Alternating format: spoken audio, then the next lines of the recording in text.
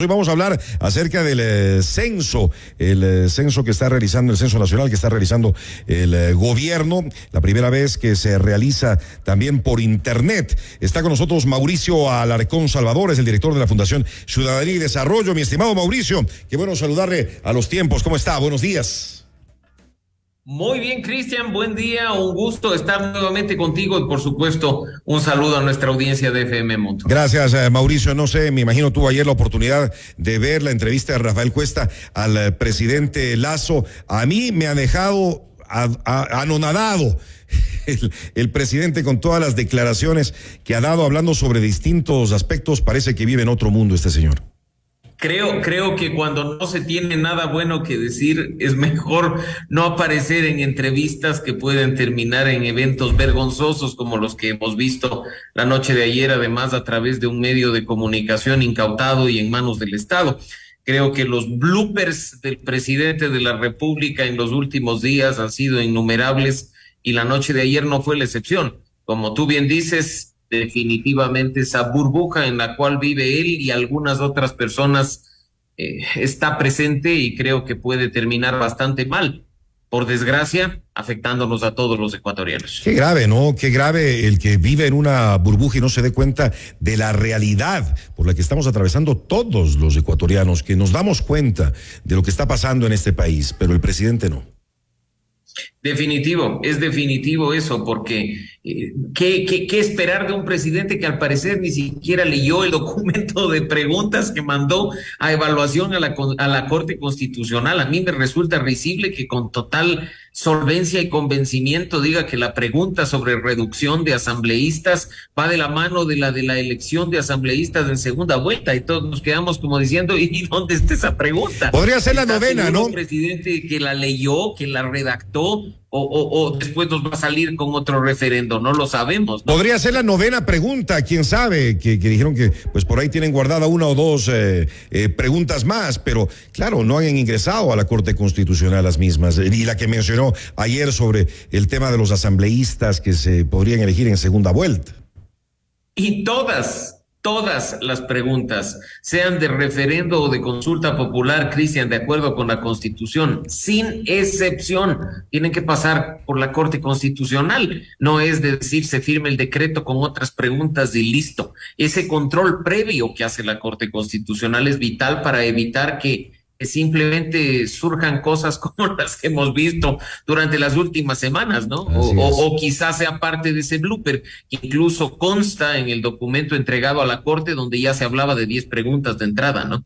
Y para terminar esta parte de la entrevista e ir con el tema para el cual vamos a conversar el día de hoy, Mauricio, y que hoy les hemos puesto sobre la mesa a nuestros oyentes, ¿es responsable o no que el presidente anuncie el final de la pandemia? Ni siquiera la OMS ha dicho algo así hasta ahora, y esto podría ser mal interpretado por la ciudadanía y podría tener repercusiones posteriores, ¿no?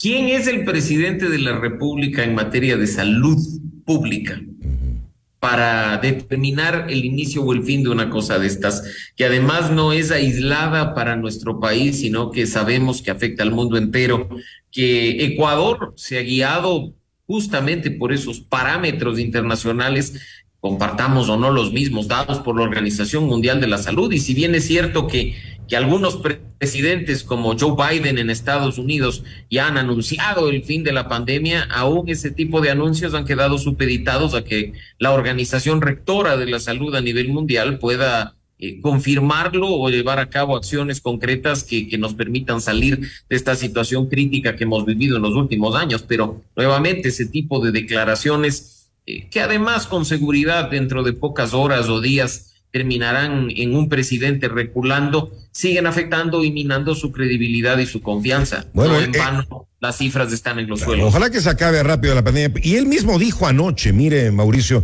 y me imagino también escuchó eso de que no hay que tomar decisiones, entre comillas, a las locas. Pero parece que todos los días toman decisiones a las locas en este país, este gobierno.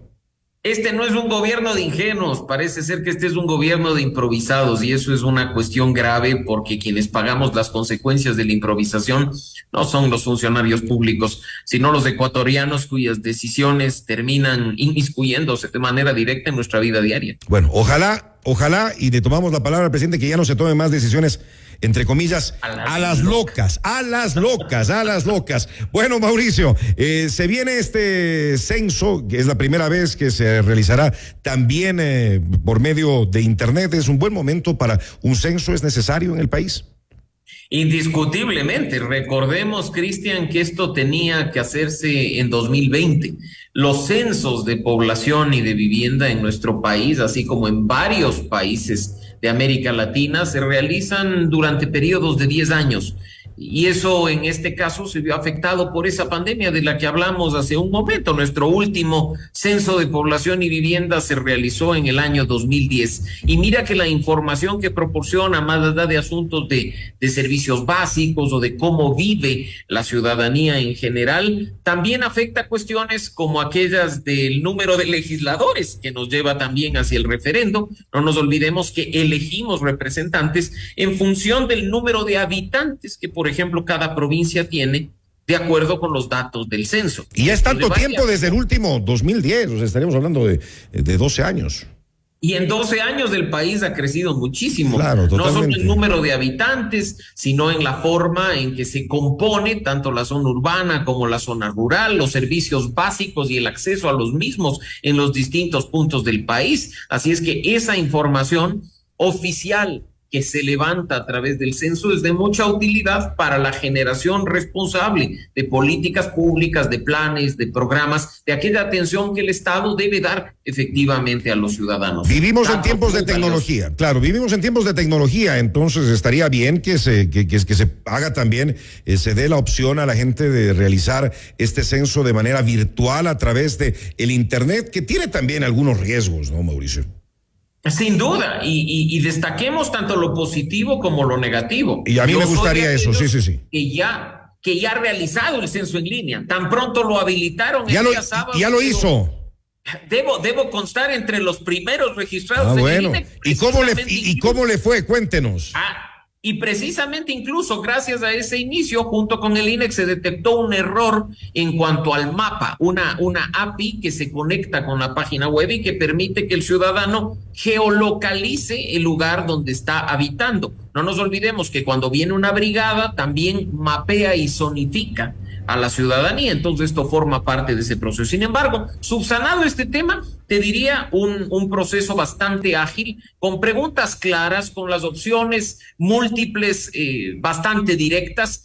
Para un hogar de 2 personas estamos hablando de 15 minutos para la realización del censo, y así se entrega, digo yo, una facilidad para el día oficial en el que uno pueda ya decir ha terminado el proceso, ¿no? ¿Es obligatorio este censo para todos los ecuatorianos? Por supuesto, y no nos olvidemos, Cristian, que el proceso del censo hace que además en las etapas presenciales nosotros tengamos que estar en la casa para estar, no permanentemente durante todo el tiempo, pues en este caso quien dirige el censo, que es el Instituto Nacional de Estadísticas y Censos, el INEC, va a informar con anticipación cuando los censistas visiten. Pero si tú recuerdas, hace 12 años, en el 2010, pasaba que en un mismo día teníamos que quedarnos en la casa y esperar a que llegue el censista en cualquier momento, que entre. En cuarentena.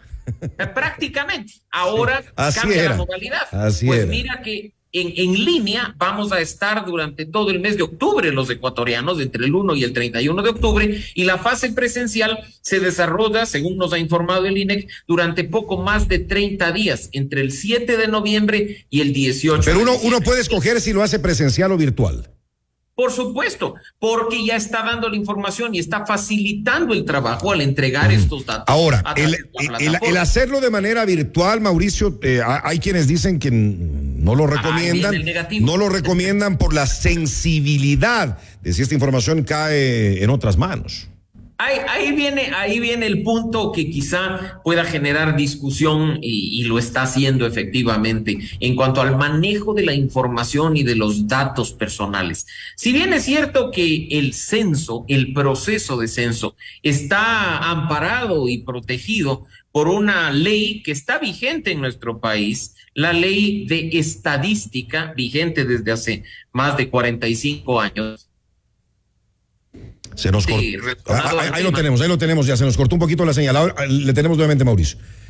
Aquí te decía, Cristian, que en este caso el censo se ampara, según lo ha dicho el propio INEC, en la ley de estadística, que tiene más de 45 años de vigencia, y donde se dice que para efectos de estadística y de censos, los datos individuales, entiéndase datos personales, que es el término que hoy se maneja, son de carácter reservado. En este caso, se mantiene esa reserva. Sin embargo, no nos olvidemos que hace muy poco nuestro país ya cuenta con una ley orgánica de protección de datos personales que incluso no está plenamente en vigencia. El próximo año, ¿no? Ante la falta de una autoridad, no nos olvidemos. Y también, Cristian, hay antecedentes que han sido mencionados en redes sociales, como la venta de esa base de datos. Te acordarás tú que prácticamente se subastaba en el mundo oscuro de la web. Y era una base de datos de nuestro registro civil. Entonces, el temor de los ecuatorianos, al tener en este censo digital, en este censo en línea, que ingresar información como el número de cédula podría ponerlo en riesgo. Ese riesgo hay, lamentablemente. Y necesariamente hay que poner el número de la cédula, claro. Efectivamente. Y si tú ingresas al censo en línea, en ese censo en línea, a diferencia de lo que ocurre con el formulario de censo, el que se tiene en formato físico, hay que ingresar el número de cédula, además no solo del cabeza de familia, que es el que está haciendo el proceso a través de la página web, sino también de los demás miembros que se encuentran dentro de su hogar. Así es que ese es el riesgo que se tiene. Esperemos que el INEC responda a estas preocupaciones de la ciudadanía que se han manifestado y se pueda aminorar el riesgo de que en muchas circunstancias esta información caiga en malas manos. Esperamos, porque sería gravísimo si eso se da. Hay que recordar también a la ciudadanía que es totalmente gratuito y que no hay que dejarse sorprender, ¿no?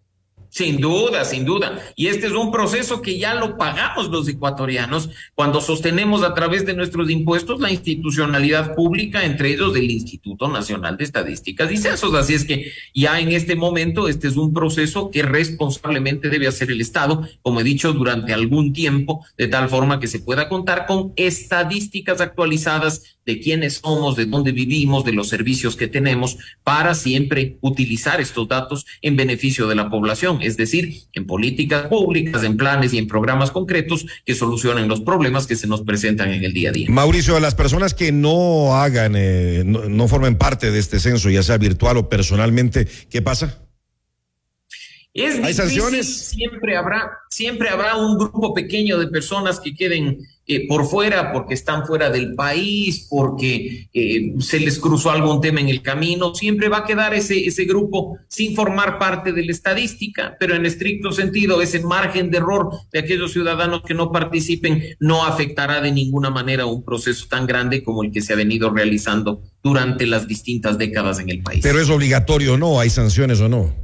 Sí, no, más que sanciones, no, es obligatorio para el país llevar a cabo el censo, más como un deber y una responsabilidad de ecuatorianos de querer aportar al levantamiento de estas estadísticas demográficas, socioeconómicas, pero no hay sanción alguna, por supuesto. Bueno, vamos a ver cuántos realmente participan de este censo. Muchas gracias a Mauricio Alarcón Salvador, director de la Fundación Ciudadanía y Desarrollo, por haber estado con nosotros. Hasta una próxima oportunidad. Mauricio, cuídese mucho, por favor. Gracias, Cristian. Siempre un abrazo a la distancia a ti, a nuestra audiencia, y pues a estar atentos de esas declaraciones que, por lo menos de momento, es preferible nos diviertan en lugar de preocuparnos, cortesía de nuestro presidente. Así es. Buenos días.